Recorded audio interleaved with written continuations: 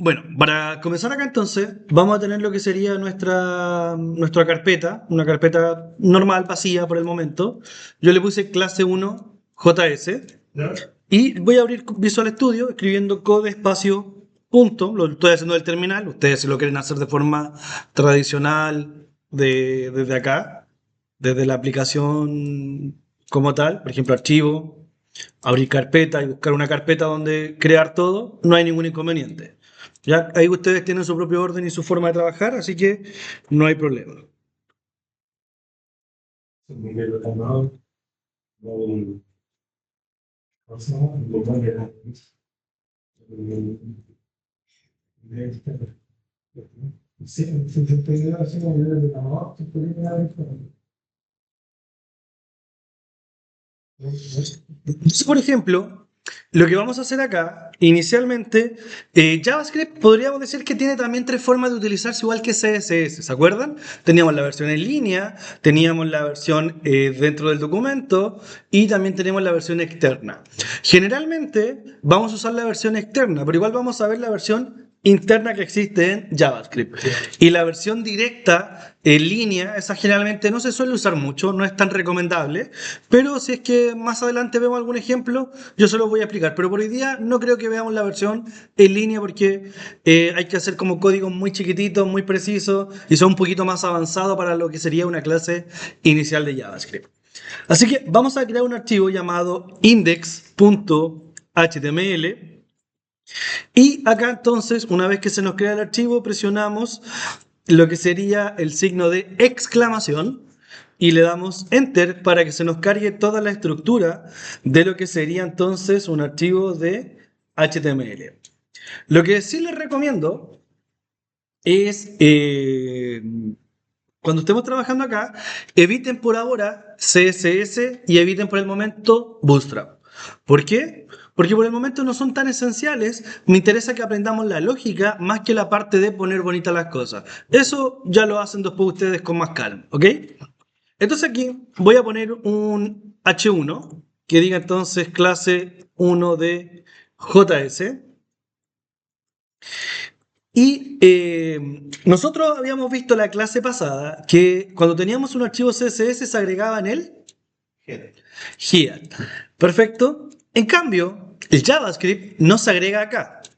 Lo que necesita JavaScript es que cargue todo el contenido en la página y luego que haya cargado todo, yo llamo a mi JavaScript. Entonces, ¿cómo sería esto? Siempre tiene que ir antes de cerrar el body. Antes de cerrar el body. Acá debería venir la instrucción para poder agregar, por ejemplo, JavaScript. Vamos a aprender un código muy sencillo. Nos va a salir una alerta en pantalla, un mensajito bastante común y lo vamos a ver a continuación.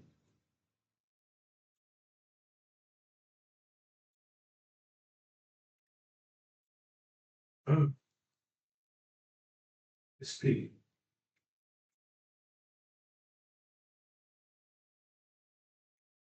Ya, entonces, por ejemplo, aquí vamos a agregar la palabra script y este sería el método de crear código JavaScript de manera interna en el documento.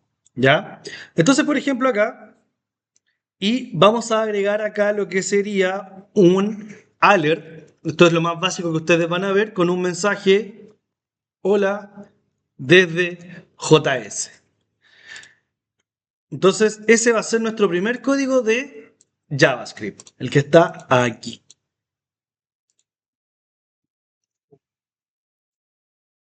Escribimos esto recién. Ahora, cuando ustedes carguen su página y ejecuten el live server, van a encontrar lo siguiente. Van a aparecer su página y les va a aparecer este mensaje que está acá arriba. Cada vez que la página se cargue, va a aparecer primero este mensaje y luego el contenido. ¿Ya? ¿Por qué pasa esto? Porque en este caso, el navegador interpreta que es más importante un alert que todo el contenido de la página. Pero en otras ocasiones va a ser importante que primero cargue el contenido y luego aplicarlo de JavaScript. Pero en este caso, el navegador gestiona eso ya de manera interna. ¿Le funcionó? Yes. Ya, perfecto. Tenemos entonces aquí lo que sería nuestro primer alert algo bastante básico de realizar, no tiene o no requiere mucha ciencia exactamente. Y ahora vamos a aprender a usar la consola. Nuestro mejor amigo para poder desarrollar páginas web va a ser siempre llegar acá a este espacio que se llama consola. Alguna vez probablemente han visto esto, ¿cierto? ¿Cómo se llega acá? Para el que no sepa, se presiona botón derecho, inspeccionar y llegan acá donde dice elementos y acá está al ladito la consola. Entonces aquí ustedes pueden ver todo lo que sería entonces la consola como tal y pueden ir viendo ahí los detalles, lo que estamos escribiendo, etcétera, etcétera, etcétera. A ustedes probablemente les aparezca así, ¿cierto? Lo que yo hice en realidad fue presionar acá estos tres puntitos y presionar que se vaya abajo por temas de comodidad mía. Ya, porque antiguamente venía acá y yo me acostumbré a trabajar con ella ahí. Ya, ahora lo que voy a hacer es cerrar esto y enseñarle otro método para abrir la consola. Miren, este método es mucho más rápido. Aprieto simplemente un botón y la consola se abre automáticamente. ¿Cómo sería esto? ¿Ah? ¿Qué cuadradito redondo? ¿Esto? No, allá. Digo, allá la consola. A la derecha. ¿Eso? ¿Eh? Ah, no, es un plugin que yo tengo de navegador, no es nada. Eso no, eso es un plugin que tengo de otra cosa. Ya, entonces, por ejemplo, acá, para abrirlo más fácil, ustedes pueden presionar lo que sería el F12. Si ustedes presionan F12, se les va a abrir automáticamente la consola. Puede ser que le aparezca de forma directa en la consola o puede ser que no le aparezca de manera directa en la consola. ¿Ya? Acá ustedes pueden escribir cualquier cosa y si le dan enter, acá les puede mostrar mensajes de error como el que está aquí. No sé por qué me aparece tanta cosa ahora, no me aparecía tanta antes.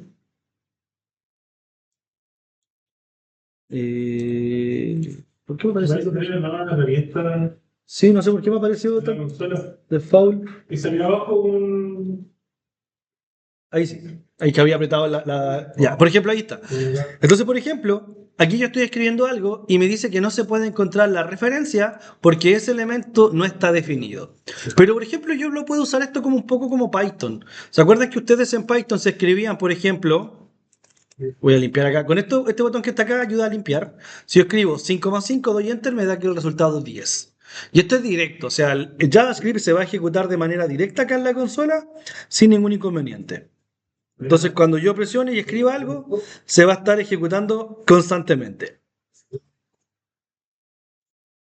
Así que, ¿qué es lo que vamos a hacer ahora a continuación? Vamos a hacer lo siguiente. Vamos a aprender a mostrar un mensaje a través de la consola. Y para mostrar un mensaje en la consola, esto ya lo pueden borrar si quieren este alert. Lo podemos borrar, porque igual es molesto, sale cada rato. Y aquí vamos a escribir console.log y entre paréntesis, con comillas, vamos a agregar un mensaje. Entonces, hola mundo, desde JS a la consola.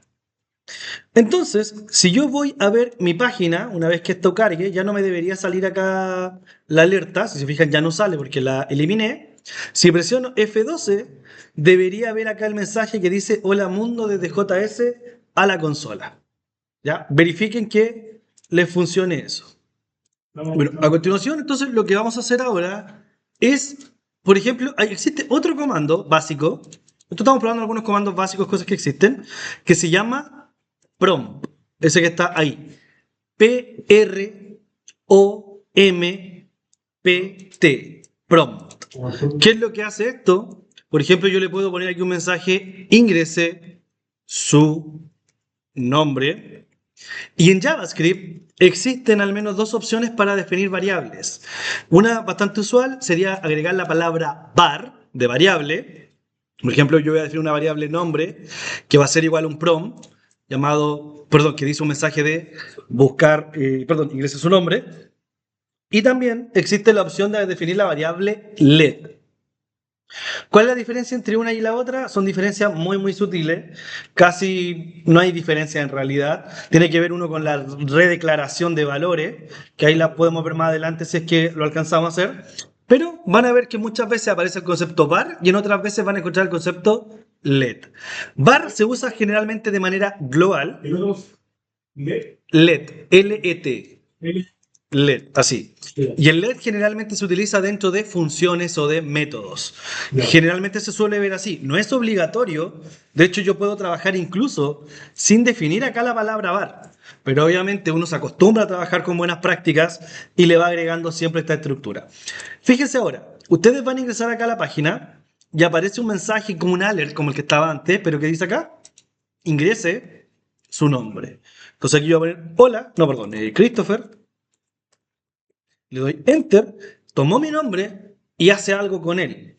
Ahora quiero que me impriman el nombre ya en una alerta y por la consola ustedes. Aquí ya está la variable obtenida. Quiero que impriman el nombre por la consola y en un alert. Inténtenlo. La solución sería algo bastante sencillo, sería agregar la palabra alert y acá agregar, por ejemplo, la variable nombre. Entonces, cuando yo ejecute, me dice acá ingresa el nombre, agrego cualquier cosa y aquí aparece el alert con el mensaje de el nombre. Y para la consola sería exactamente lo mismo, o sea, sería console.log y le agrego entonces entre paréntesis la variable correspondiente. Ahora, si quiero concatenar algo, por ejemplo, su nombre es dos puntos, aquí tendría que agregar un más. Y lo mismo acá en el console.log.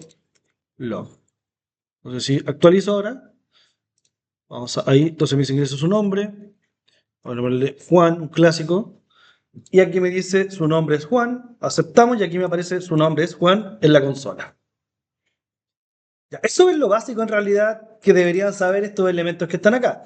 Ahora, voy a eliminar todo esto porque no es la opción que yo quiero trabajar. ¿Ya? A mí preferentemente me gusta que trabajen con archivos externos. Entonces, para trabajar con un archivo externo, necesitamos primero que todo una carpeta que se llame JS. O puede ser también JavaScript, ¿ya? Pero generalmente la mayoría le suele poner el nombre de JS.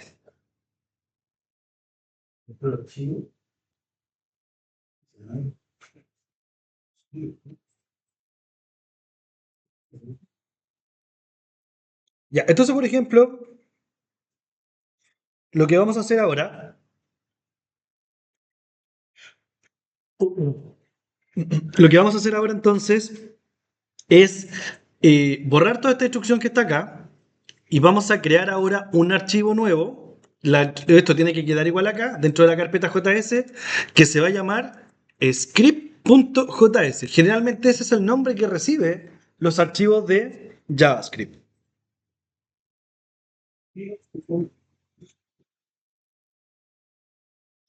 Ya, ahora, para ver que esto funciona, yo lo que les sugiero siempre es que acá escriban, por ejemplo, un console.log y un funciona. Yo siempre lo que hago acá es poner funciona y le ponemos acá una carita feliz porque funcionó. ¿Qué hace eso prácticamente? Para que se vea más bonito, ¿no? Para que sea bonito. Sí, pues, o sea, si no le quieren agregar, no le agregan ahí la carita, si es por agregarla nomás. ¿Ya? Es simplemente para mostrar un mensaje ahí en la barrita que igual aparecen los emojis. ¿Ya? Ahora, ¿para qué estamos haciendo esto? Para ver que realmente esto está conectado. ¿Cómo sé que esto está conectado? Es porque acá tiene que haber un código que diga script. ¿Hay algún código script acá ahora o no? No. Entonces lo que tenemos que hacer ahora, para que sea más fácil para ustedes, van a buscar el que dice script, dos puntos, source o CRC. Hacemos clic acá y donde está el CRC, y cuando está el CRC, lo que van a hacer entonces es dar control espacio y seleccionar entonces la opción que dice script. Y van a guardar. Ahora, para ver que esto realmente esté funcionando, van a ir acá a su código. Bueno, esto lo vamos a limpiar, volver a ejecutar. Y acá debería aparecer el mensaje que funciona. Si aparece el mensaje es porque lo conecté todo correctamente. Si no aparece es porque hay algo que está mal conectado. Para comenzar a trabajar, vamos a entender un poquito cómo funcionan las cosas acá en JavaScript. Voy a ir agregando algunos comentarios. Por ejemplo, para definir variables, vamos a usar entonces lo que sería var a, por ejemplo, o sea, arvar igual a 10, o también podría ser let b igual a 10. El que sea una variable var no define el tipo de dato que recibe, simplemente es que se le indica que es una variable. Puede recibir textos, puede recibir booleanos, puede recibir números, puede recibir entonces cualquier cosa. Ya está como. Como cualquier lenguaje de tipo no estructurado funciona esto. Porque, por ejemplo, si usted trabaja en un lenguaje estructurado, usted tiene que definir si es entero, si es flotante, etcétera, como las bases de datos. ¿Ya? Pero acá no, acá es mucho más flexible. Entonces, aparte de definir esto, lo que sería esta estructura, bueno, aquí no vamos a ver nada en realidad. Yo podría hacer un console log para hacer una suma, por ejemplo, entre A más B. Si hago esto, voy acá, me dice el valor de 20. Entonces ahí puedo aplicar lo que sería aritmética básica sin ningún problema. Ahí está. Sí, tendríamos un A más 20. Este no había funcionado, ¿verdad? Porque no sé si Marco tiene el C con un palito. Este C. Ya habíamos visto el ejemplo de definir lo que sería el prom como una variable, sería lo mismo, ¿cierto? Pero como les digo, las variables se pueden generalmente definir con el concepto de var, independiente que sea un texto. Ahora, si quiero un texto, por ejemplo, var nombre va a ser igual a, pongo comillas simples o comillas dobles. Por ejemplo, Juan, y ahí ya tendría una variable de tipo txt, perdón, de tipo string, almacenada acá en la variable sin ningún problema.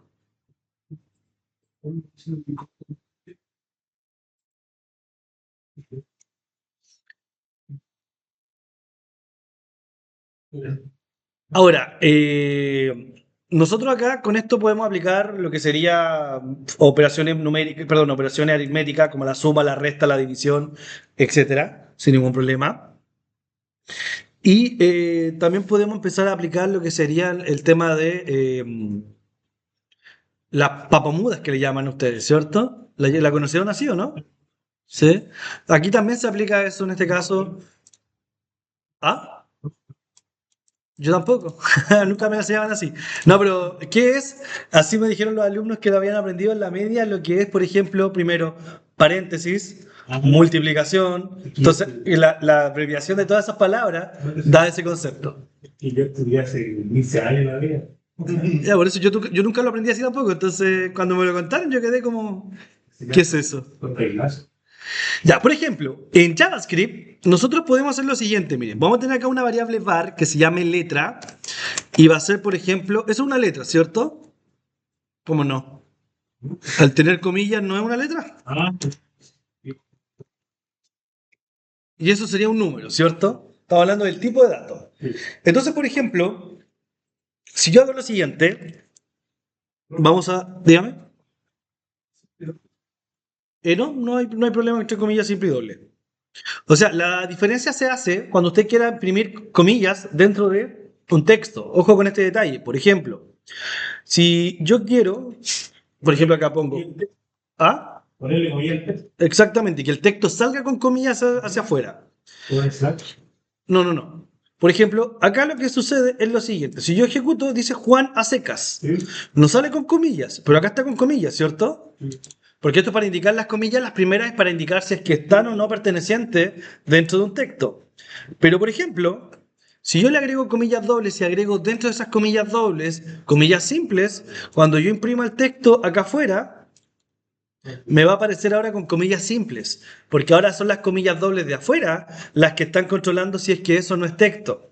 Y más aún, si yo lo hago al revés ahora, pongo comillas simples y acá adentro entonces pongo comillas dobles y acá escribo la palabra Juan, o sea, al revés de lo que tenía antes, ahora yo cuando vaya a mi página voy a ver el nombre con comillas dobles de salida. Entonces, por eso se permiten ambas, porque puedo jugar con estos conceptos si es que quiero o no el título con o sin comillas. ¿Y una voz? No pasa nada, porque no es lo mismo en realidad que una comilla. En este caso, estas son así. Se buena comilla porque no. Ah, no, en este caso, parece que para el apóstrofe S, ¿cierto? Sí. Cuando es como una comilla simple que sería. Sí. En este caso, creo que hay que agregarla de esa manera. A ver. Claro, en ese caso se agregaría con el slash. ¿Ya? Ya, ahora, en JavaScript, JavaScript es bien particular para sus cositas. ¿Ya? Por ejemplo, nosotros tenemos la típica instrucción que se llama if, ¿cierto? Entonces, por ejemplo, vamos a agregar acá, en vez de hacerlo en un if, perdón, nosotros dentro de un if ponemos condiciones, podemos poner una condición de igualdad, de diferencia, si es mayor, si es menor, si es distinto, etcétera. Entonces, ¿qué es lo que vamos a hacer acá? Vamos a anotar console.log y si yo le dijera, este dato es igual a este dato, ¿ustedes me creerían? Yo le digo que este uno es igual a este uno. Pero no el tipo, ¿Ah? no el tipo de datos. ¿Por qué no? Uno es una letra y un número. Ya, pero para JavaScript, si yo le pongo que letra es igual a número, y aquí ya JavaScript me empieza a quebrar la cabeza con algunas cosas medias raras que tiene. Esto, por ejemplo, que está acá, significa que serían distintos en realidad. En cualquier tipo de lenguaje, esto sería un falso. Si voy acá a mi lenguaje, me dice que esto es verdadero. Me dice que A como letra y A como número son exactamente lo mismo. Y eso es una verdad a media en realidad. ¿Qué es lo que está pasando acá? Vamos a anotar aquí. Vamos a poner entonces. Doble igual Igual que dice, significa que evalúa el valor del dato y no el tipo. Ya que un poco lo que decía usted delante. Pero JavaScript dice, ah, ¿te interesa validar el tipo? Yo digo, obvio, porque no, un texto no es lo mismo que un número. Ah, entonces lo estás haciendo mal, me dice JavaScript, porque lo correcto es que tú hagas lo siguiente. Letra es igual a número. ¿Ven una diferencia entre el primero y el segundo? Ninguna, ¿cierto? ¿Cuál es la diferencia que hay acá entonces? Voy a dejar esto ahí abajo. ¿Cuál es la diferencia que hay entre el primero y el segundo? Es que el segundo es lo mismo que arriba, así que era broma. ¿Ya? Lo que acá ustedes tienen que agregar, en realidad JavaScript me dice agreguen otro igual. ¿Ya? ¿Cuál es la diferencia aquí entre 2 y 3 iguales? Ahora, esto me va a dar que esto es falso. Entonces, si se fijan acá, voy a tener un true y un false. Y la pregunta es, ¿por qué? El primero, ¿qué es lo que evaluaba? Evaluaba solamente lo que sería el dato y no, en este caso el valor, pero no el tipo. En cambio, la segunda, lo que hace es que valida el dato y el tipo. O sea, ¿qué quiere decir esto? Que si en la letra pregunta, este número, este uno, ¿qué tipo es? ¿Texto o número? Y el primero, el que se llama letra, sería letra. Y el que se llama número sería tipo número, pero valen lo mismo, o sea, significativamente es el mismo valor. Pero lo que dice acá esto, entonces, ahora son distintos, pero si yo dejo dos iguales, son iguales. ¿Se entiende eso? O sea que tiene tres iguales para hacer una validación. Uno significa asignación, como en todos. Dos, comparación solo de valor. Y tres, comparación de valor y tipo. ¿Ya? Si yo pongo letra igual a número, transforma letra en el... Claro, porque estaría haciendo una asignación. Si usted le pone un igual, es una asignación. Le está diciendo, lo que está a la derecha, guárdalo en la izquierda.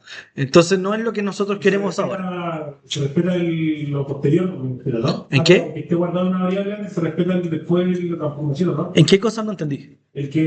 Como lo dice el compañero, que pone letra igual a número, está transformando la variable de letra, transformándola en el tipo de dato del número, ¿cierto? Exacto, se reemplaza. Y se respeta la posterior que se coloca, ¿no? El variable. Por eso, la reemplaza. Ya. La reemplaza directamente, o sea, no habría opción. Ahora, ¿cómo sería un distinto? Igualmente tengo dos distintos. Sigue la misma lógica. Sigue la misma lógica los dos distintos que hay. La primera entonces sería. Ahora, ¿cómo se hace el distinto acá? Igual con símbolo con el slash, Y en este caso, ya, símbolo con el slash me dice. o sea, con el exclamación, Ya, con signo de exclamación, exactamente, aquí sería entonces letra, signo de exclamación igual, número. Y ojo con un detalle, porque es en ese orden. Signo de exclamación y número, y no es igual, perdón, a exclamación. ¿Ya? Hay un orden acá que tienen que siempre respetar. Esto lo que hace acá sería evaluar que solamente el valor sea diferente. Y si yo quiero evaluar que todo sea diferente, entonces tendría que agregar un distinto y dos iguales. O sea, el primero le daría falso y el segundo true.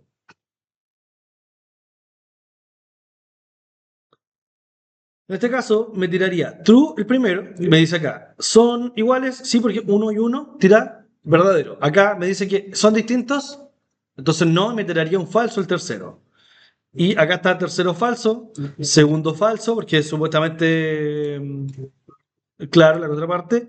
Y el último sería verdadero, porque sería entonces la contrario del false que estaba arriba. Entonces ahí tenemos que se cambian los valores, se invierten. Aparte de asignaciones de comparaciones de este estilo, también existe el mayor igual, ya también los puedo agregar. Entonces, por ejemplo, sería prácticamente lo mismo, no hay grandes diferencias.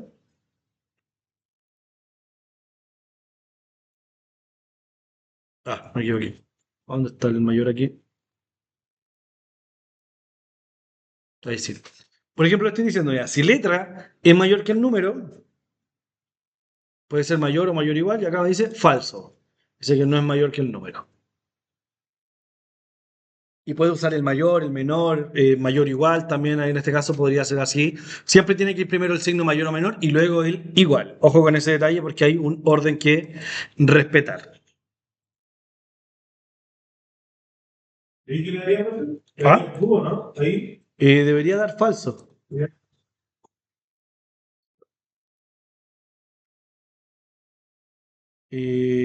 ¿Cuánto hice? ¿Uno, dos?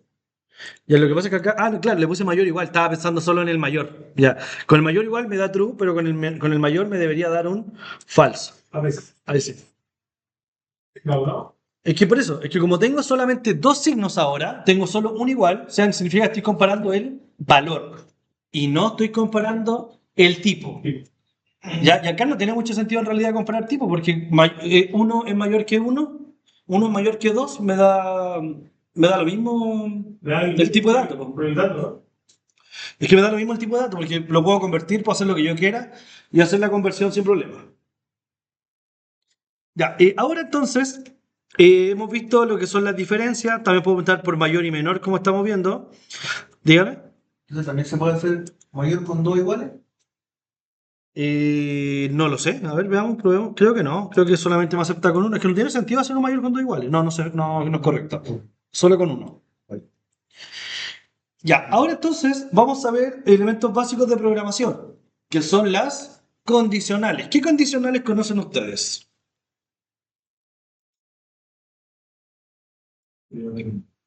¿Qué condicionales conocen para programar? Condicional. Ujú. ¿Sí? El if, perfecto. Entonces aquí vamos a ver condicionales. Agregar. Entonces acá sería, Sí, sí, no. la más clásico sería el sí. ¿Ves? ¿Qué significa else? Entonces, ¿significa else? No. No. El será es como. Sí, sí, no. Si el primero no sale, el segundo. Si no. Ya, en este caso es más que un, bueno, se puede traducir como si no, pero otra traducción también podría ser como un más, ¿ya? En este caso un más, pero de pero. Entonces, por ejemplo, si pasa esto, perdón, si no, pero podría pasar esto otro, ¿ya? También se podría ver así como de esa manera. Si no pasó eso, entonces podría pasar esto. Entonces, por ejemplo, acá vamos a poner 10 si es mayor que 5, eso es. ¿Verdad? Entonces significa que entraría acá. Entonces, por ejemplo, aquí podría poner un console log que diga el 10 es mayor.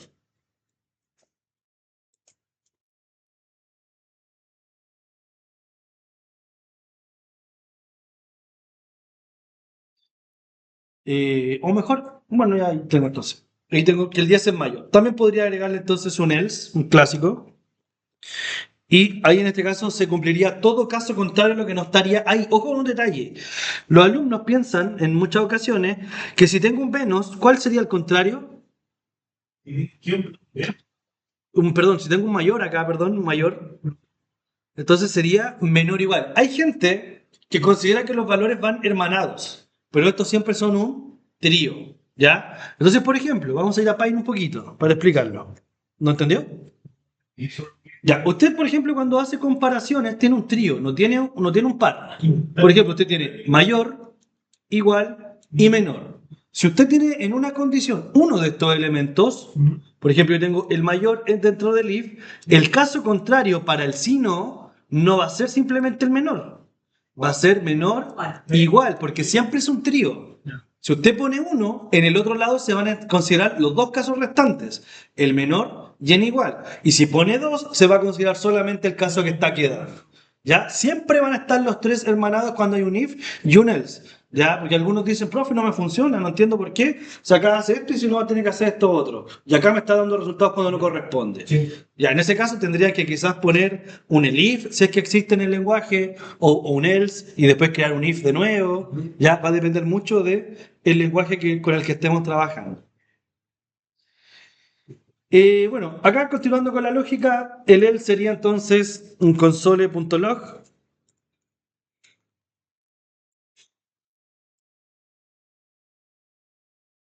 El 10, por ejemplo, no es menor.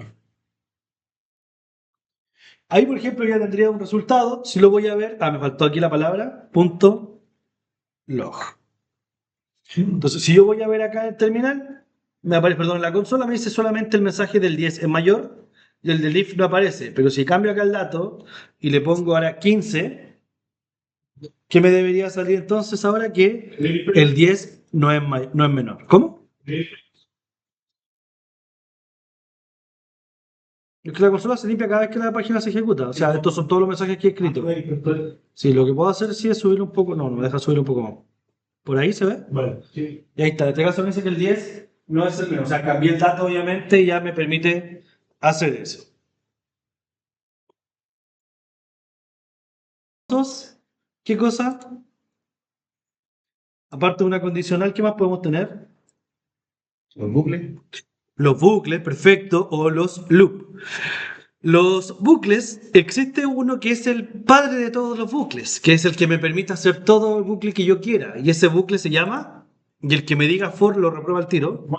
While, muy bien. Entonces vamos a hablar de los ciclos.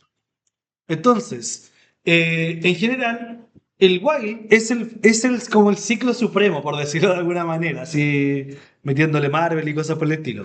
¿Por qué es el ciclo más completo? Porque me permite ir desde un rango bastante pequeño hasta rangos infinitos. De hecho, yo puedo dejar esto de manera infinita corriendo sin ningún problema. El for es simplemente un while adaptado, el cual va desde un punto inicio hasta un punto final.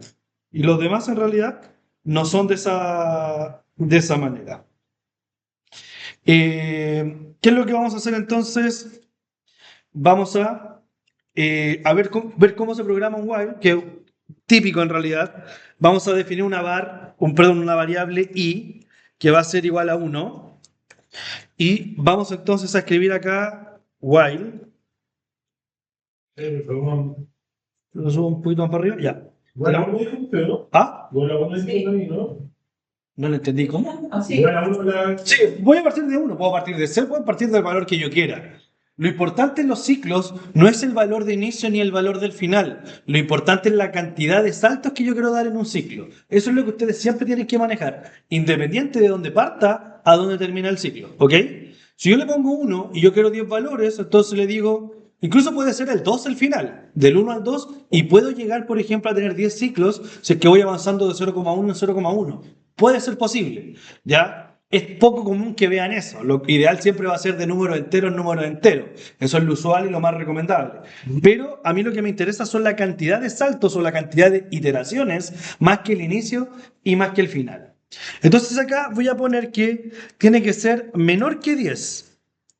Si yo le pongo si le digo que mientras el i sea menor que 10, ¿cuántos ciclos se van a hacer y cómo sé que realmente son esa cantidad de ciclos? Bueno, Son 9 ciclos, me dice usted. 8, 8 me dice, no, bueno, 9. ¿no se acuerda? Ya, acá en Python, ustedes creo que no conocen esto, pero quizás lo han visto en otro lenguaje. Eso que está ahí. ¿Ubican eso, no? Sí, sí, ¿Sí? aumenta el contador en 1. Aumenta de uno en uno. O sea, el famoso I más más. En Python generalmente a veces la abreviación que vemos suele ser más igual 1. Son equivalentes. ¿Ya? Pueden usar el I más más, el I más igual 1 o el I es igual a I más 1, que sería como el tradicional, el clásico. Acá le vamos a poner un I más más. En total, vamos a ver cuántas tenemos. En realidad, deberíamos, si hacemos el análisis, acá tendríamos el 1. Entraría, ¿cierto? Imprimiría 1. Sí. Después, imprimiría el 2, 3, 4 hasta el número 9. ¿El 10 no lo imprime? No, porque estoy diciendo los menores. Ya, veamos, vamos a comprobarlo. Entonces, si ejecuto, aquí hay que volver a lanzar esto, como que se buguea un poco con el tema de... Voy a detenerlo. Tienes que abrirlo aparte al lado, ahí sí. Ya, ahí tenemos. Número 1, 2, 3, 4, 5, 6, 7, 8, 9 y ya no hay más. O sea, total son 9 veces que se repitió el ciclo. Si quiero 10 veces, tengo dos alternativas para hacerlo de forma común. Una sería aumentar el ciclo hasta un número más, o lo otro sería simplemente agregar acá un igual. Claro. O la otra opción que tengo, Empezar a hacer un empezar simplemente a puede ser I menos 1 igual a 10. I menos 1 igual a... O sea, menor a 10. Es que sería lo mismo que empezar de cero y cuando imprimimos ponerle un I más 1. O sea, hay varias alternativas para hacer el mismo valor y que vaya de un determinado rango a un determinado rango, pero más que nada es para conocer esto. El ciclo que todos aman, porque es el más fácil de entender y es bien estructuradito, es el for. Probablemente las pruebas siempre querían hacerlas con un for porque era más fácil, ¿cierto? Pero en realidad el for, el problema que tiene es que es muy fijo, va de un valor a un valor determinado y no hace nada más. En cambio el while yo puedo agregarle condiciones y hacer que esto trabaje de forma indeterminada. Ubican un elemento, no sé si vieron en fundamentos, cuando partieron viendo fundamentos de programación, hay un elemento que se llama do while. ¿Lo vieron? No. ¿No? ¿Ubican cuál es la diferencia entre un while y un do while? El mobile ejecuta una acción y entonces al resultado de esa acción ve si ejecuta un ciclo. Perfecto. El do while lo que hace es que se ejecuta al menos una vez el ciclo, sí o sí siempre una vez. Y de una vez hasta un número finito o infinito. En cambio, el while va desde 0 veces hasta un número finito o infinito. Esa es la diferencia. O sea, es un while con una modificación bastante leve. Ya, el for sería bien sencillo. Incluso Visual Studio les ofrece un tips. Si ustedes escriben fori, no, este es forin, no, este es más avanzado. Escriben for solamente, ese, y ahí automáticamente tienen el for creado. Entonces, tienen que seleccionar, eso sí, la opción, cuando está el for, el que tiene el cuadrito al lado, el que dice for loop. Ese que está acá, con ese cuadrito, si ustedes lo seleccionan, viene la estructura ya preconfigurada para simplemente hacer clic y tener el for automáticamente. Y esto, si no me equivoco, funciona en todos los lenguajes. Probablemente en Python ustedes lo escribían completo, pero con un snippet o con alguna aplicación adicional, esto fácilmente lo hubieran tenido ahí rápidamente para hacer.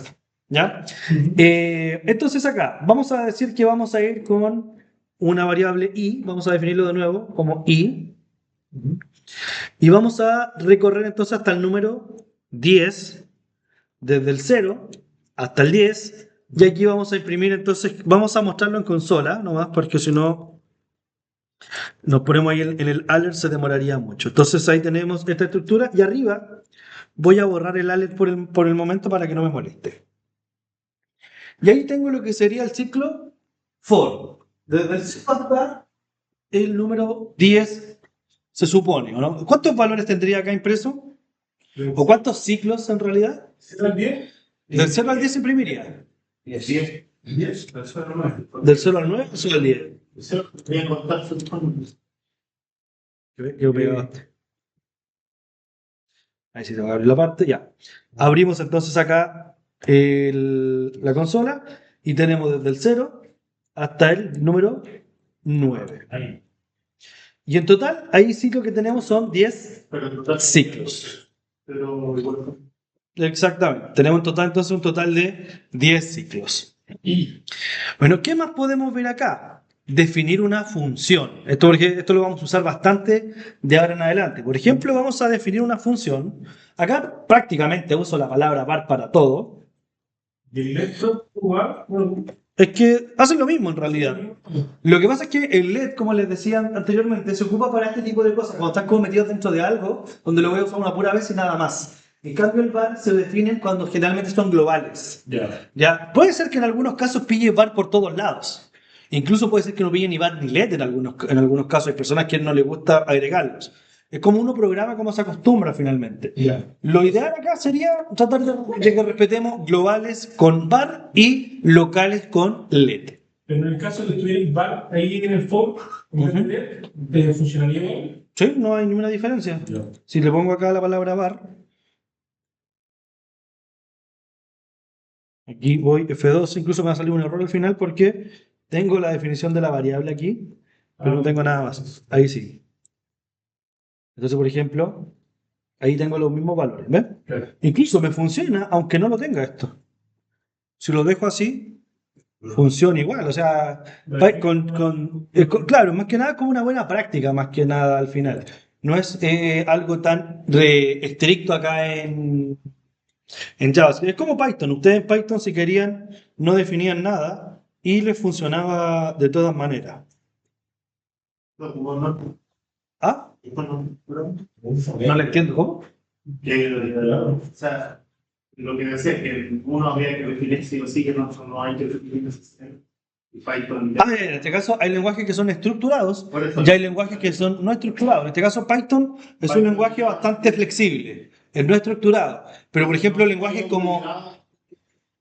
como C, como Java, C Sharp, y bueno, y hay muchos más en realidad, Kotlin, varios tipos de lenguajes que tienen esa estructura donde yo sí o sí tengo que definir esos valores.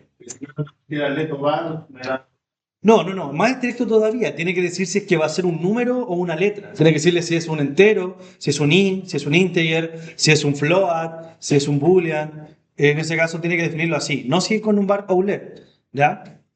Ya, bueno, acá entonces vamos a definir una función. La función se va a llamar suma. Y esto va a ser igual a la palabra function.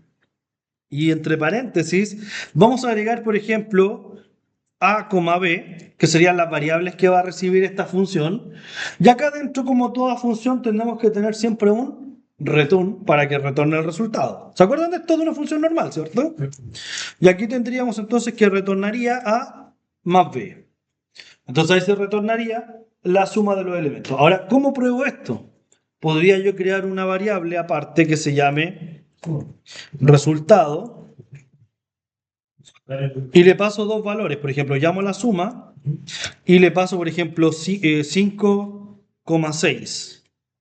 Entonces, por ejemplo, acá yo podría tener un console.log y poner acá la variable resultado. Entonces, ¿cuánto debería ser el resultado que me debería mostrar esto?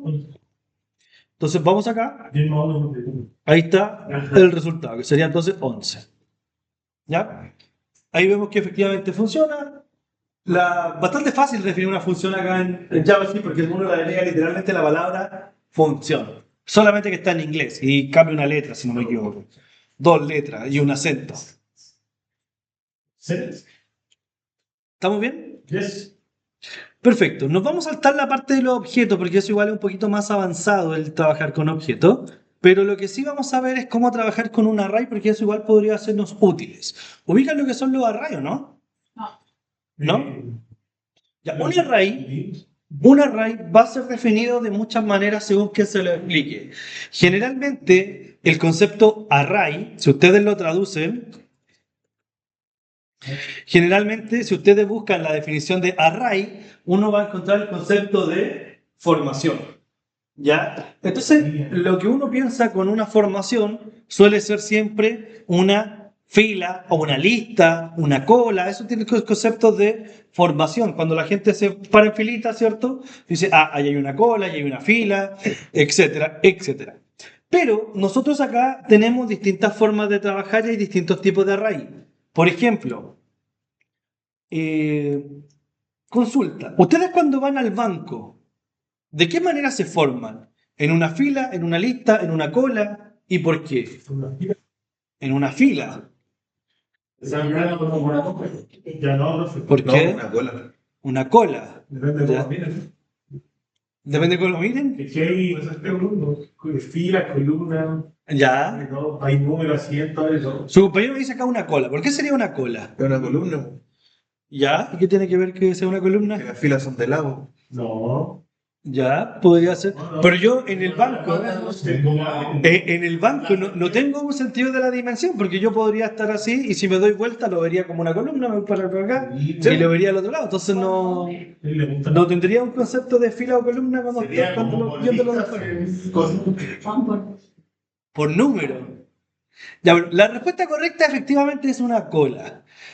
No por el concepto de que está así o así, eso da lo mismo, porque tridimensionalmente no tengo idea cómo está, sino es más que nada por el concepto de definición de lo que es una cola, lo que es una pila, lo que es, etcétera, etcétera, lo que es una lista, etcétera. Las colas, ¿cómo funcionan? La cola dice que el primer elemento que ingresa a la cola va a ser el primer elemento en salir. ¿Ya? Entonces hay distintos tipos de array, no son todos iguales. Ya, primer elemento en entrar a la cola, primer elemento en salir. Y eso se conoce como cola. Uno va al banco, el que llega primero se posiciona, si es que no hay filas prioritarias ni nada por el estilo, va pasando, ¿cierto? O con el numerito, como dicen ustedes, en las carnicerías, por ejemplo. O donde uno pide cecinas, cosas así. ¿Ah? Siempre va a ser el mismo orden, o sea, a no ser que yo le pase mi número a otra persona, pero siempre primero en llegar, primero en salir. Existe otro tipo de array, otro tipo de formación, que se conoce en este caso como pilas. ¿Cómo funcionan las pilas? No me digan que las ponen en algún aparato y da corriente, porque es otro concepto. Las filas Por grupo, pero que las colas también son grupos. un sobre, ¿Ah? un sobre, Uno sobre otro. Ya. O sea, claro, aquí si lo veo tridimensionalmente está en el eje Z. Sí. Pero no me interesa eso aquí en el eje, me interesa la lógica. ¿Cómo funciona la Uno pila? abajo Es que generalmente una pila de la misma forma. No, a Pilar es muy lejos, ¿no? A Pilar el primero va al final, ¿no? El primero es. Ya, ustedes cuando tienen una pila, la típica pila que ustedes tienen siempre son los platos. Es una pila común. ¿Cuál es el principio o cuál es la lógica de cómo funcionan las pilas? El primer elemento que usted va apilando, como dice su compañero, va a quedar al fondo. El último elemento en ingresar, o sea, el que queda en la parte superior de la pila, va a ser el primero después en salir. ¿Ya? Ese es el concepto de la pila. Existe el concepto de las listas. Las listas ya es un concepto que ya no tiene nada que ver con cuando ingresan y cuando salen, sino que la lista me dice, puede ingresar en cualquier momento, puede sacarlo de cualquier momento, ingreso en cualquier posición, etc. ¿Ya? Y ahí nace el concepto como los vectores, después si mezclo dos vectores uno al lado del otro, ven un concepto un poquito más tridimensional como sería la matriz, etc. ¿Cierto?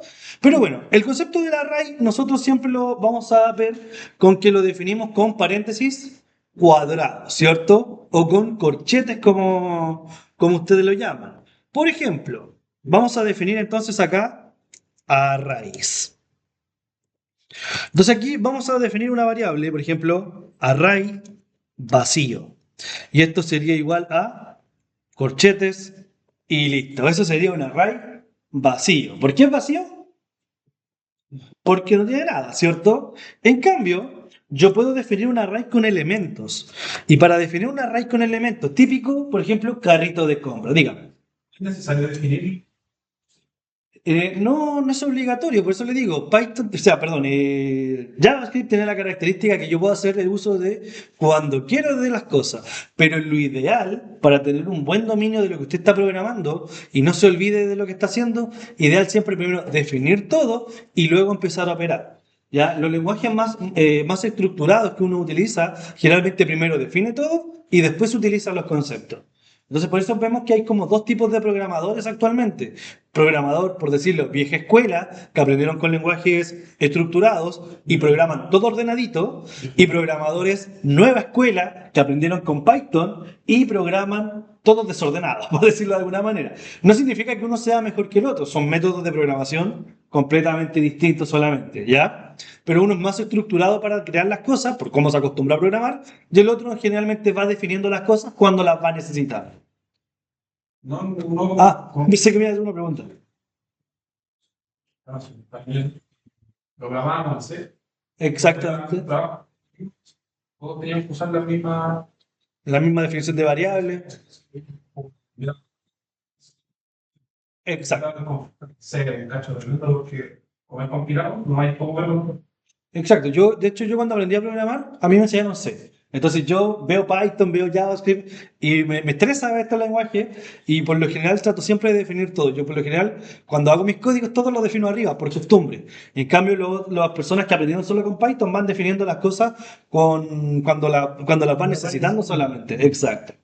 Ya, acá por ejemplo voy a tener una lista del súper. Entonces voy a poner lista súper. ¿Qué vamos a ir a comprar al súper? Probablemente Leche. leche, perfecto. Un clásico. Por favor, aquí somos sanos, así que vamos a ver entonces leche. Vino entonces. Perfecto, podría ser vino para la comida. Vino tinto, podría ser. Pancito, ¿cómo vamos a bajar el pancito afuera? Pan, perfecto. Ahí tenemos ya tres elementos. ¿Cómo funcionan los arrays? Por posiciones, ¿cierto? O sea, yo pondría ahora lista super paréntesis 1 y obtendría ¿qué cosa? Si pongo paréntesis 1, Leche. Uno de uno. Vino. obtendría bin. ¿Ya? Aquí parte desde el 0. En Python parte desde el 1. Cada lenguaje tiene una forma completamente distinta, entonces hay que respetar el lenguaje. De hecho, lo usual en la mayoría de los lenguajes, a excepción de Python, parten desde 0. Creo que son muy pocos los que parten desde el 1, porque si no queda como este concepto de un elemento que queda vacío en la nada. ¿Ya? Entonces, por eso la mayoría parte desde el 0. Entonces, por ejemplo, si yo pongo acá console.log y pongo entonces aquí lista super, lo que voy a obtener entonces aquí en la pantalla sería la lista completa. Y fíjense acá, esto es bien interesante que lo podamos ver. Vamos a hacerle un poquito de zoom. Acá yo tengo lo que serían los tres elementos. Me dice, mira, hay un 3, me da el tamaño automáticamente. Y esto, en realidad, aquí en JavaScript, todo empieza a ser objetos. Entonces, todo lo que ustedes aprendieron en programación orientada a objetos les va a servir bastante. Y si no lo aprendieron, les va a pesar bastante. ¿Ya? Así que, ojo con eso. ¿Cómo son para programación orientada a objetos? Pésimo. Pésimo. Ya, hoy en día, gran parte de las cosas se trabaja justamente con programación orientada a objetos. Así que les recomiendo que empiecen a echar una manito a eso porque se usa mucho. Entonces, por ejemplo, acá hay tres elementos, posición 0 leche, posición 1 vino, posición 2 lo que sería el pan, y aquí me aparece la variable len, que si yo pongo entonces de forma independiente es una propiedad del objeto de la clase, perdón, de este objeto. Sí. Y sería, si yo pongo entonces lista super.len, voy a obtener el número 3. Exactamente, la cantidad de elementos que tiene. ¿Ya? Porque eso es un dato adicional. Recuerden que ustedes ponen punto cuando están trabajando con objetos y empiezan a obtener valores o propiedades del dato. Como es un array, es como una mezcla entre objeto y elemento. Si yo ahora pongo .len, probemos el .len, ahí por ejemplo, entonces aquí yo obtendría el valor 3. ¿Lo ven, cierto? Pero si yo pongo en vez de un .len, pongo paréntesis cuadrado, pongo 0, obtengo entonces ahí leche. Si pongo 2, obtengo entonces pan. Y si pongo -1, obtengo indefinido. ¿Ya? ¿Por qué? Porque ese valor no tiene ningún dato asociado. Y si pongo 3, también me va a marcar un error. ¿Ya? Ahora, es como yo le agrego datos a esto. También eso es bien importante. Alguien me podría decir, profe, vaya, escriba lo siguiente. Escriba lista super, paréntesis cuadrado, 3, porque yo ya sé que hay tres elementos antes, y acá le pone entonces, por ejemplo, queso, tomate, no sé, lo que ustedes quieran, algo para hacerle el pancito. Y vamos a ver acá, perdón. Y si yo entonces ahora pongo lista súper completa, me aparece ahí el queso. Y eso en ningún lenguaje se puede hacer. O sea, JavaScript acá me deja, entre comillas, como romper la cuarta pared, por decirlo de alguna forma, y definir cosas que no existen y que se pongan en cualquier posición de esta manera como lo estoy haciendo aquí. En cualquier otro lenguaje, eso me daría error y que no se puede, porque esa posición no existe en ninguna parte. Aquí me da a entender como que prácticamente el vector como que casi infinito y yo puedo agregar en cualquier parte. Ahora, no sé si puedo agregarlo, por ejemplo, en un tamaño que no exista. Por ejemplo, a ver, veamos el 10. Veamos qué pasa si lo agrego en la posición 10. Me dice que quedan 7 espacios vacíos, fíjense, y lo guarda en la posición 10. O sea, es como si fuera un array, como le digo, infinito. ¿Tiene lógica? Para mí no mucho, pero lo permito. O sea, puede ser útil, podría ser, porque yo podría acostumbrarme a trabajar con ciertos números. Por ejemplo, yo podría tener mis productos y van ordenados de forma alfabética y tener un array donde yo ponga, no sé, los precios y siempre voy a usar el ID como indicador y cada uno de estos elementos va a estar o vacío o con algún dato y lo podría hacer de esa manera. Bastante rebuscada la forma de usarlo, pero mejor que un objeto. Pero ahí cada cosa, cada loco con su tema. Bueno, acá en realidad esta opción eviten usarla en realidad. Siento particularmente yo que no es una buena práctica, pero lo que sí les recomiendo es que utilicen instrucciones como push y pop, que significan apilar y desapilar. Según como ustedes usen el array, van a encontrar lo siguiente. Como dato, como tips, yo les sugiero que pudiesen estudiar, buscar un libro de programación que sea referente a estructuras de datos. No sé si han escuchado hablar de eso. Estructuras de datos. Ya, les recomiendo, si es que pueden buscar algún libro de eso, háganlo, porque es gran parte de lo que se estudia en muchas otras carreras de informática, estudian mucho lo que son las estructuras de datos. ¿Por qué? Porque aprendiendo a entender claramente cómo funcionan las estructuras, puedo resolver mayor cantidad de problemas y me evito un mundo el tratar de volver a redefinir la rueda. ¿Para qué inventar algo que ya existe, cierto? Si me lo puedo aprender, ya aprender a utilizar. Fíjense acá. Aquí hay un ejemplo del concepto de una pila. Aquí tengo entonces, stack significa pila. Empty significa vacío. Entonces acá tengo una pila vacía. Push significa que estoy Colocando. apilando. Push es apilar en este caso. Estoy apilando y pop significa desapilar.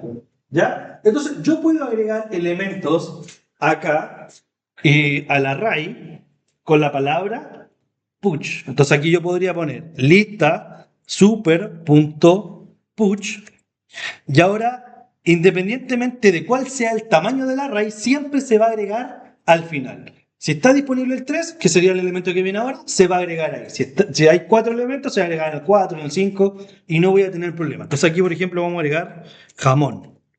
Y ahora si imprimo la lista, en el caso anterior se agregaba esto, eh, ahí sí, se agregaba en cualquier parte. Por ejemplo, le ponía 10, quedaba mucho espacio vacío. Simplemente lo agrega en la última posición. ¿Me levanta la mano? No, estaba me levanté. Ah, ya. Entonces ahí tendríamos lo que sería el jamón. Ahora, por otro lado, yo podría hacer ahora lo que sería el pop. ¿Qué es lo que pasa con el pop? Lo mismo en realidad. Lista, punto pop, paréntesis, y si lo ejecuto, se eliminaría el elemento. ¿Se fijaron? Ya no está el jamón. ¿Elimina el último? Elimina exactamente el último, porque estoy utilizando los conceptos o los principios de una pila de agregar esto. Pero yo igual podría definir para que elimine como el primer, segundo, ¿no? En ese caso ya empezaría, por eso les digo, lo ideal sería aprender correctamente lo que sería estructuras de datos y saber con qué tipo de elementos estoy trabajando. Evitar mezclarlos. Ya, cuando dicen nunca mezcles peras con manzanas porque se pueden echar a perder, acá es lo mismo. Si van a trabajar con el concepto de pilas, solamente tienen estas dos opciones, push to pop. Si quieren trabajar con el concepto de lista, donde pueden meter y sacar elementos en cualquier parte, tendrían que trabajar con los conceptos de lista. Si quieren trabajar con los elementos de cola, es otra lógica completamente distinta. ¿ya? Así que ahí tienen que respetar de acuerdo a lo que ustedes quieran. Lo usual y lo que más van a ver es simplemente estos dos elementos de push y pop. En algunos elementos, a veces existe en algunos lenguajes el punto append en Python, ¿cierto? Y hay otros elementos similares, punto delay, cosas así. Sí, también está el punto pop porque también está pensado para poder trabajar con pilas. Ya, ¿vamos bien hasta ahí? Perfecto. ¿Qué es lo que vamos a hacer a continuación? Esto es todo lo que, entre comillas, básico que ustedes necesitan saber como para dominar un poquito JavaScript, que no se aleja mucho de lo que ustedes ya conocen como fundamentos de programación, ¿cierto? Así que estamos bastante bien en realidad. Esto incluso pudieran no haber prestado atención porque más o menos lo ubican. Pero lo que vamos a ver ahora es lo siguiente. Por ejemplo, yo voy a poner acá un texto, voy a agregar un P y voy a poner acá entonces, no, voy a poner un H2, por ejemplo. Un H2 y voy a escribir acá, por ejemplo, este texto va a cambiar. ¿Ya? Entonces, lo que yo puedo hacer ahora con JavaScript es lo que mi imaginación me permite hacer. ¿Ya? Había un antiguo youtuber que decía, si puedes imaginarlo, puedes crear. ¿Ya? O puedes programarlo, en realidad era su frase. Es un youtuber que fue bastante conocido. Bueno, ¿no? No, no sé, un youtuber que falleció ya hace un año atrás, que era bien jovencito, parece que le dio cáncer, no sé qué tuvo, pero tuvo una enfermedad muy medio complicada y falleció. Pero él tenía su frase típica, si uno puede pensarlo, puede programarlo. Y literalmente acá con JavaScript eso es posible. Si ustedes quieren que aparezca en su página cuando esté cargando, no sé, ¿has visto estos videos tipo publicidades que tiene TikTok ahora? Cuando dice, quiero que grabes un video, que entre una persona caminando y que llegue con algo en la mano y como que mágicamente le aparece algo. ¿No has visto esos videos? Sí. Ya, ese tipo de videos, entre comillas, acá ustedes podrían hacer eso mismo en su página. Ustedes quieren que en su página, cuando la página inicie, aparezca un dragón y que cruce la página volando por todas partes y después de 5 segundos ese dragón desaparezca. Lo pueden hacer acá gracias a JavaScript. Dígame. Y para agregar música en las páginas, ¿dónde lo permite? ¿Perdón? No, Que no, venga no. con un autoloop y autorreproducción. Sí, se puede agregar música. Yo lo intenté hacer para la página, para la prueba, ¿Ya? y se le no permitía que se autorreprodujera la música para entrar a la página. Es que probablemente no tenía JavaScript agregado. Lo que pasa es que cuando usted le agrega JavaScript, Hice un script, lo busqué en internet de script para ¿ya? poner un autoplay y un loop infinito. Sí. Y no, creo como que no permitía, o sea, tenía que ponerle eso sí con un reproductor de audio para ponerle play. No me permitía como que te pusieran continuamente la música al entrar a la página. Qué raro. Bueno, Porque las páginas pues, lo permiten. O sea, yo tengo incluso la opción ahora. el script- Cuando usted viene, por ejemplo, a una página acá, usted tiene la opción de silenciar la página. De hecho, aquí silenciar sitio. se nos sale- Y aquí también después volver a activar el sonido de la No página. le permitía. Entonces, pues, No le permitía. no sé, quizás las últimas personas han cambiado las políticas, pero por lo general se podía. Incluso uno cuando, porque no sé, entraba y podía poner un sonido así y continuaba. De hecho, busqué el script, bueno, de hecho, Lo otro que pudo sido que haya cargado mal las cosas, que no haya referenciado correctamente la ID, cosas de ese estilo. Que como no tenía quizás todo el conocimiento todavía, que haya cometido un error básico en ese aspecto. Entre archivos, rutas, ¿ya? y hice un llamado todo y la OK también no. ¿No le tomó? Bueno, tendría que revisarlo en realidad para dar la respuesta más profunda, porque así estoy suponiendo nuevas cosas. El que no se mandó. Pero en realidad la evaluación no requería audio, así que no hay problema. Ya, ahora préstenme atención acá. Esto que está aquí dice, este texto va a cambiar. Y para yo cambiar este texto le voy a agregar un ID que va a ser entonces texto. ¿Qué es lo que yo voy a hacer a continuación? Esto que está acá, todo lo que yo estoy viendo en mi página, ustedes lo van a entender como el concepto de DOM. ¿Ya? Y bueno, aquí vamos a poner DOM JS. El DOM, acá me aparece la traducción en español gracias a la IA, dice modelo de objetos del documento. Entonces, yo todo lo que está en la página que está acá, lo puedo trabajar como si fuera un objeto. Entonces voy a poner, por ejemplo, texto punto algo y voy a poder, por ejemplo, obtener el texto, poder obtener sus propiedades, sus clases, animaciones, todo lo que yo quiera de eso lo puedo sacar porque va a ser para mí un objeto. Y puedo entonces ahora trabajar con mi documento como si fuese un árbol conectado con puros nodos y puros datos. Ya, eso sería entonces el DOM, toda la manipulación de lo que está aquí en pantalla. ¿Qué es lo que vamos a hacer entonces? Dice acá, este texto va a cambiar y me voy a dirigir aquí a mi script. Por ahora, todo esto que está acá, que ya lo vimos, lo voy a eliminar porque para que no me moleste tanto. Lo que pueden hacer ustedes, o mejor hagámoslo todo. Vamos a cerrar este script y vamos a crear acá entonces un nuevo script que se va a llamar script2.js para que no lo confundamos. ¿Ya? Script 2. Y acá lo que tendrían que hacer en su body, en su archivo, tendrían que volver a llamar a su script número 2 o reemplazar este o crear uno nuevo que llama el script 2. Las dos opciones son válidas, reemplazarlo o agregarlo nuevamente.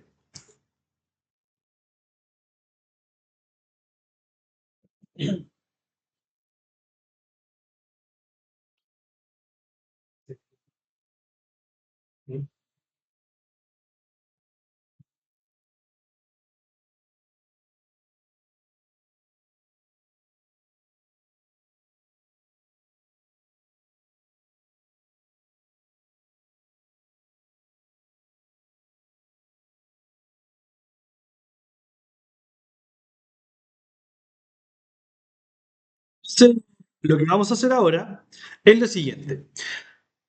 Yo ahora voy a poder manipular el DOM. Ya entonces acá nosotros podemos obtener elementos del DOM. Por eso nosotros lo primero que hacemos es que hacer que cargue todo esto y luego ejecutarlo en JavaScript. Entonces, por ejemplo, yo quiero reconocer dónde está el texto. Para hacer esto voy a descomentar acá, o sea, voy a comentar el script 2, voy a dejar solamente el 1. Perdón, voy a dejar solamente el 2 y el 1 lo voy a dejar ahí aparte en standby porque no quiero que haya ningún tipo de texto adicional, solamente lo que voy a trabajar ahora. Entonces, fíjense, yo lo que voy a hacer acá es decirle, mira, en el documento vamos a definir esto en una variable que va a ser texto. Ahí sí. Una variable que se llame texto voy a tener acá. En el documento, ¿cómo se dice obtener en inglés? Get. Get. Entonces yo quiero obtener un elemento. ¿Cómo se dice elemento? Element. Entonces sería get element. Y lo quiero obtener por, en este caso, ¿por qué lo quiero obtener? Por ID. Entonces sería get element. ¿Cómo se dice por? By. ¿Y ID? En- ID. Entonces, si yo traduzco algunas cosas, algunas son literales, o sea, obtener elemento por ID. El clásico get element by ID. Eso se lo tienen que aprender de memoria. ¿Ya? Get element by ID. ¿Es la única opción para poder obtener elementos del DOM? No. Existen muchas. O sea, no tantas, pero existen varias. Pero esta es la más usual y la más común que van a ver siempre. ¿Ya? Entonces, ¿qué elemento es lo que estoy buscando yo? Lo dice clarito, estoy buscando un ID. Por lo tanto, voy a agregar entre paréntesis el ID que estoy buscando. Tiene que ser exactamente igual como está escrito acá. Acá está escrito con minúsculas, se llama texto, y acá va a estar escrito con minúsculas y se va a llamar texto. Tiene que ser igual. ¿Ok? Veamos qué es lo que pasa al obtener esto. Voy a agregar acá un console.log llamado texto. Y vamos a ir a revisar nuestra consola. Si es que todo salió correcto, vuelvo en un minuto, me interesa mostrar esto primero, después les dejo copiar el código si es que a alguien le faltó. Si es que todo sale correcto, verían algo así. Me dice, mira, eso lo que tú estás seleccionando es un tipo de dato. ¿Qué tipo? Un tipo de dato H2. ¿Y gato? ¿Qué significaba gato en CSS? ¿ID? El ID. ¿Y cuál sería el ID? Entonces me está diciendo, mira, encontré un objeto H2 de ID texto, que es lo que yo estaba buscando. ¿Está correcto? ¿Qué tipo de dato tenía yo acá? Un H2 con ID texto. O sea, reconoció esto. Perfecto. Ahora, si yo presiono este botón, voy a poder expandir y me aparecen todas las propiedades que tiene este objeto. Y me empiezan a aparecer aquí un montón de opciones. Área, me aparecen aquí unos text, unos children, unos class list, o sea, todas las clases que tenga esto aplicado, class name, etcétera, etcétera, etcétera. Aquí va a haber un inner text, inner HTML, etcétera. Un text content. Y yo lo que quiero ahora, en realidad, por ejemplo, podría querer mostrar el texto que tiene esto dentro.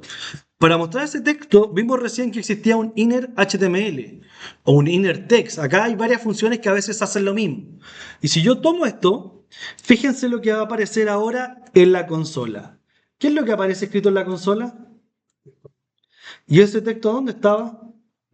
Es el texto que estábamos buscando. O sea, obtuve el texto que estaba en pantalla que yo quería realmente buscar. Y ya lo estoy obteniendo. Ahora, yo sé que puedo hacer una asignación. O sea, con la misma variable que obtuve el dato, si le hago una asignación, puedo hacer que ese dato cambie. Entonces podría poner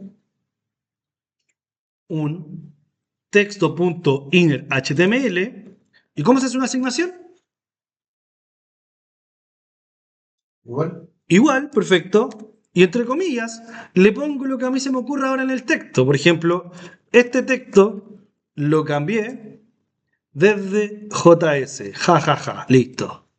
Y si voy a mi página, actualizo y el texto cambió automáticamente ya cuando partió, pero acá yo alcancé a rescatar el dato, lo muestro por consola, pero es tan rápido cuando pasa esto que no alcanzo a verlo. O sea, esto pasa en unas milésimas de segundo. Entre lo que carga la página, ya lo reconoció, lo toma, lo cambia y listo. ¿Se entiende? Perfecto. Los últimos 15 minutos vamos a agregarle un poquito más de dificultad. Ahora vamos a hacer un botón que cuando yo lo presione muestre un texto 1 y si lo vuelvo a presionar un texto 2. Y si lo vuelvo a presionar vuelvo al 1, un botón que haga eso. ¿Se entiende? Hago clic, cambio el texto constantemente. ¿Ya? Y ahí vamos viendo entonces manipulaciones del DOM básicas. Con esta misma lógica vamos a partir después la próxima clase trabajando con formularios. Vamos a aprender a crear un formulario y vamos a empezar a validar datos. Yo les voy a subir una guía, la van a empezar a tratar de resolver y la próxima clase yo después voy a mostrar resolución de su ejercicio y después viene la prueba. ¿Ok?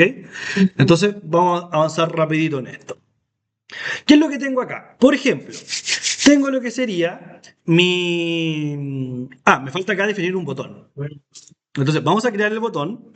O sea, aquí vamos a escribir la palabra button y vamos a decir entonces cambiar texto. Así se va a llamar mi botón. Voy a poner un BR. ¿Para qué era el BR? Para un espacio, más que un espacio es un break o un salto de línea. Entonces yo voy a estar haciendo clic acá y este texto va a estar oscilando entre texto 1 y texto 2. ¿Para eso qué requiero? Requiero lógica, o sea, usar un if.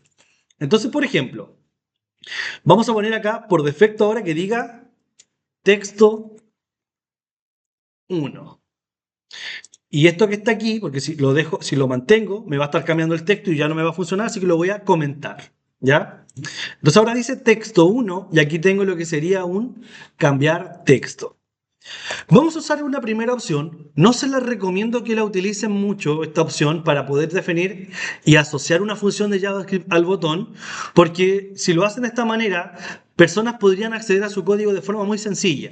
Y lo ideal es que cuando trabajemos con esto, por ejemplo, ustedes, no sé, van a Google y quieren copiar la página de Google, ustedes van acá, botón derecho, y si le dan en ver código fuente, copian y pegan esto y tienen toda la página automáticamente. Y pueden sacar todo lo que traigan acá. Entonces, si le dejan el código muy fácil a la gente, después van a copiar todas sus funciones, toda su lógica en un 2x3 y ustedes se demoraron meses quizás de repente creando una página.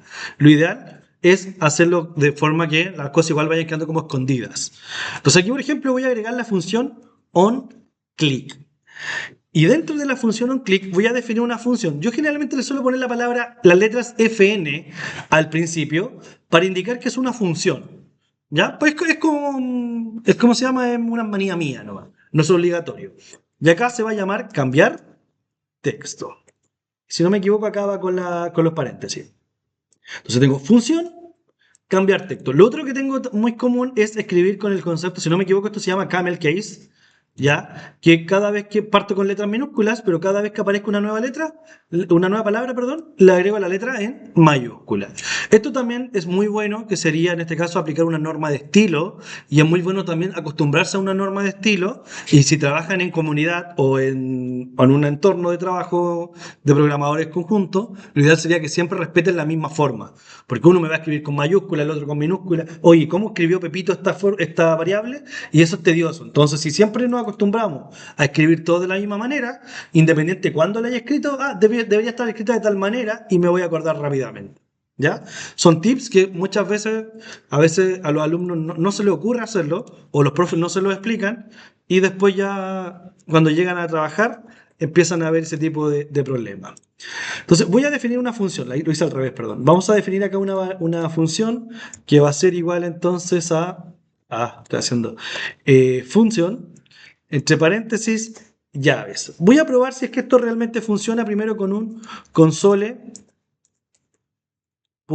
para ver si me equivoqué o no con la definición acá. Entonces, por ejemplo, aquí vamos a dejar un alert mejor. Un alert que diga, escribí con mayúscula, alert, que diga, hice clic al botón. Listo, entonces vamos a probar ahora, si actualizo acá, si hago clic y me aparece esto es porque quedó enlazado ese botón con una función de JavaScript. ¿Ya? Lo voy a dejar acá, pantalla dividida, ahí. Por un lado, entonces tienen el HTML, que sería esto lo que estamos viendo, y por acá va a estar el JS que estamos viendo. ¿Les molesta verlo así? No, ya, perfecto. Entonces, ¿qué es lo que voy a hacer yo? Yo sé que mi texto, por defecto, lo tengo que, cuando haga clic, obtener ahora. Entonces, esto que está acá arriba, este texto, en realidad es cuando yo le haga clic que debería buscarlo. Si lo dejo afuera, siempre voy a tener el mismo texto base, nunca va a cambiar.